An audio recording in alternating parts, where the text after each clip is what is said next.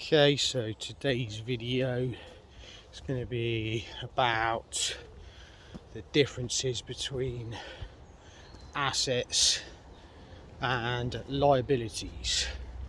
Okay, I'll dive deep into it. So some of you might already probably know the difference between the two. So just walking up a steep hill from school run, so I thought I'd post a video. So liabilities is Robert Kiyosaki in his Rich Dad Poor Dad book mainly talks about assets and liabilities. So liabilities are things that take money out of your pocket, okay? And assets are things that put money into your pocket, okay? And he's a real estate investor, and his opinion is buying your own home's a liability because it takes money out of your pocket. Owning buy-to-lets, those are assets because they put money into your pocket, okay? As long as it produces a positive NOI, and it doesn't include capital growth. But owning your own home's a damn sight a lot better than renting. So that's where I would start, is by having a small deposit, say 10%, buy your own first home and build from there, okay? Now we're going to talk about liabilities. So things that take money out of your pocket, okay? So that could be like home and outdoor products, so home products, TVs, game consoles,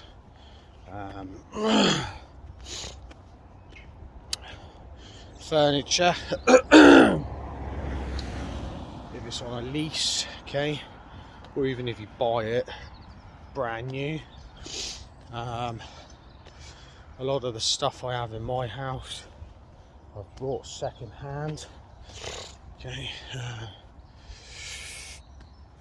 but yeah, those are liabilities, okay. And in order to build wealth, you want to avoid things that rust, rot and depreciate, okay. You want to focus on owning things, accumulating things that appreciate in value, okay. And if you can, provide dividends, cash flow as well, okay. Just put you on a pause a minute. So assets can include rental property. So let's say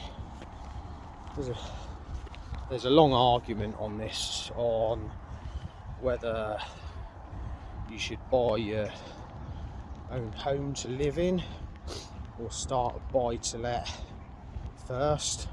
But in my opinion, whatever you can manage to do first, do that, okay. And if you live in an unaffordable area where you can't buy, you can't get on the housing ladder in your area, look at different areas. If you don't want to move, there's nothing wrong with that. I wouldn't sacrifice moving to a a different location if you don't need to. Start with a buy to let in a cheaper area, okay? And say about 95% of the UK have a location within a 45 minute commute that has a cheap enough area for you to get onto the housing ladder. If you've got above the national average salary, okay? So yeah, so whatever comes first when it comes to real estate investing, okay?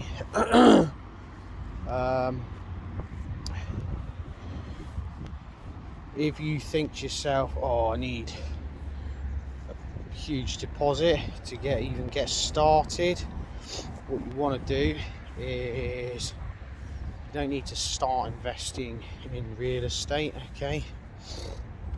You start in other places. So that can be just the financial markets in general. It's going to be index funds. That's where I started off with personally. Started investing into the S&P 500. Invest into the Nasdaq. That's outperformed the S&P over the last 10 years, just because of like technology, tech companies and things. It can be into dividend paying stocks, it can be high growth stocks, so fast growing companies. It could be, you know, a bit of cryptocurrency if that's your thing. Gold and silver,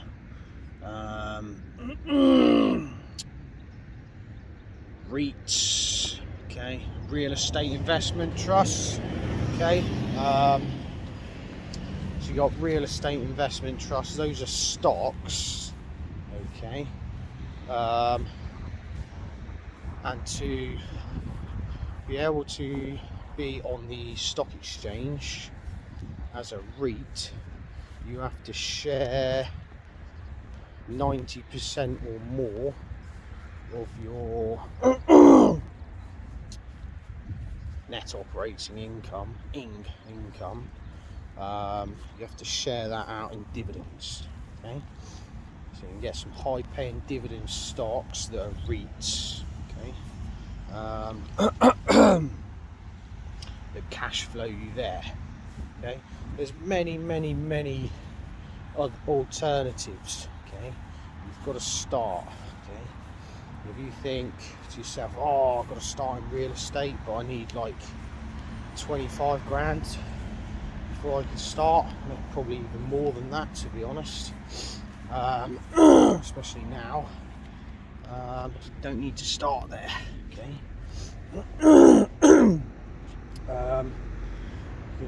can start in other places before moving on to real estate, okay? So what I would recommend personally, if you think to yourself, oh, but where do I start, what do I look into, I would go on to somewhere like udemy.com, okay, and purchase a course, okay. I do put on my channel, I don't recommend expensive courses from these so-called gurus from YouTube, charge thousands of dollars for their courses, even though they don't even prove what they've accomplished themselves, okay. Barely even tell you what's in the course. Go on to somewhere like Udemy, okay, and purchase a course for approximately $14.99, okay, in Great British pounds that is, probably like $13 US, 13, okay. and the courses on there are absolutely fantastic. Okay. So and just purchase a course on investments, any sort of investments, okay, and study that. Okay, so even if you study, say, 20 minutes a day, study that. Money management courses, okay. Like if you leave all your money in one account and don't move it, you know, that account can be, money in that account can be like water in a sieve, okay, it just disappears, you know, it just vanishes. If you leave all your money in just your current account, don't move it, then it's just gonna disappear, okay, without you even realizing. So, you know, money management skills is number one, okay, because it's not mainly about how much you earn, it's about how much you keep, okay, and grow. That's where wealth is created, okay. So yeah, it's just a video on, it's not just short and sweet video on assets and liabilities. I've dug a little bit deeper into it, okay. So the rich collect assets, okay, and the poor collect liabilities, okay. So that's the main reason why you've got the gap between the rich and the poor, okay. The more liabilities you get, as a general rule, the more liabilities you collect, the poorer you get. The more assets you accumulate, the more wealth you build, okay. So yeah, you don't know where to get started, you know.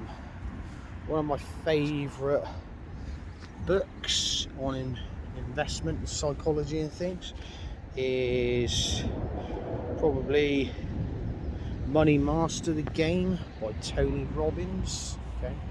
In that it goes on about, you know, pretty much what I talked about in this video, and obviously a lot more. Goes on about fiduciaries and things, but I'd go for financial advisors, and you want to, but anyway, that's later on journey. But yeah, I'd purchase a course on Udemy on investments and money management, things like that, wealth creation, building, okay, and just study, okay, and learn how to save money, okay, and learn how to invest and where to put it, allocate your